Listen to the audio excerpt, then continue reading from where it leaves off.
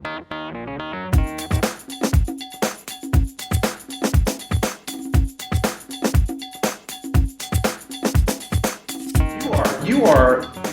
I'm Mr. Showbiz. You are Mr. Showbiz. Right.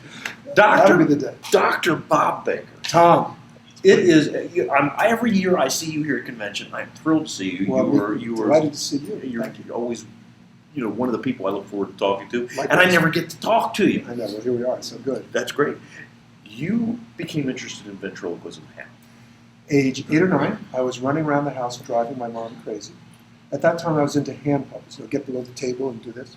And she grabbed the TV section of the newspaper, opened it, and said, plunked me in front of the television set and said, "Here, watch this. It's puppets." So I'm watching, and it's not puppets like I knew it. There was a guy talking to a puppet, but there was no one underneath working it. And somehow, this guy was making that puppet talk. I said to Mom, "How does he make the puppet talk?" And she said, "It's something called ventriloquism." I ran to the World Book Encyclopedia, read about it, and from that moment forward, I was hooked. As a little bit of a side note, that ventriloquist was Terry Bennett, who was on a kid's show in Chicago with his puppet Red Flannels.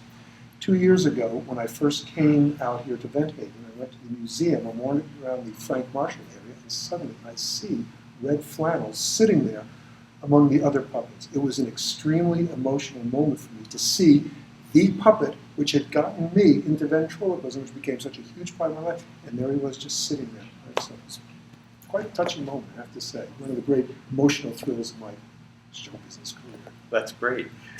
It's neat how things come full circle. Yes, it is. And that's a great story. So, what was your first character? You were working with hand puppets? My first, I had a Mickey Mouse and Donald Duck, but they didn't have mouths that moved, so I got rid of those, and I sewed 2 buttons on a sock, and I did this for a long time. And then all I wanted was a Jerry Mahoney doll, because by that time I'd become aware of Paul Winchell, and I saw in the Sears catalog they sold Jerry Mahoney dolls, which I didn't get one year because I really misbehaved, so my punishment was, "You're not getting it this year." And finally, the doll came, but it was not Jerry Mahoney. Initially, I was a little bit disappointed, but it was Danny O'Day, whom I grew to love. And it was one of those ones with the string down the back, and that was my puppet that I used in kids' magic shows for a number of years. And then I got Danny O'Day with a head stick. I don't know quite where, I don't remember where I got it from, but it had 1 loop on a string and a head stick. And that was my puppet for a number of years until at age 17, Finus Robinson, from his catalog, I chose when he created my first real professional puppet, who is still with me today, some 45 years or so later. So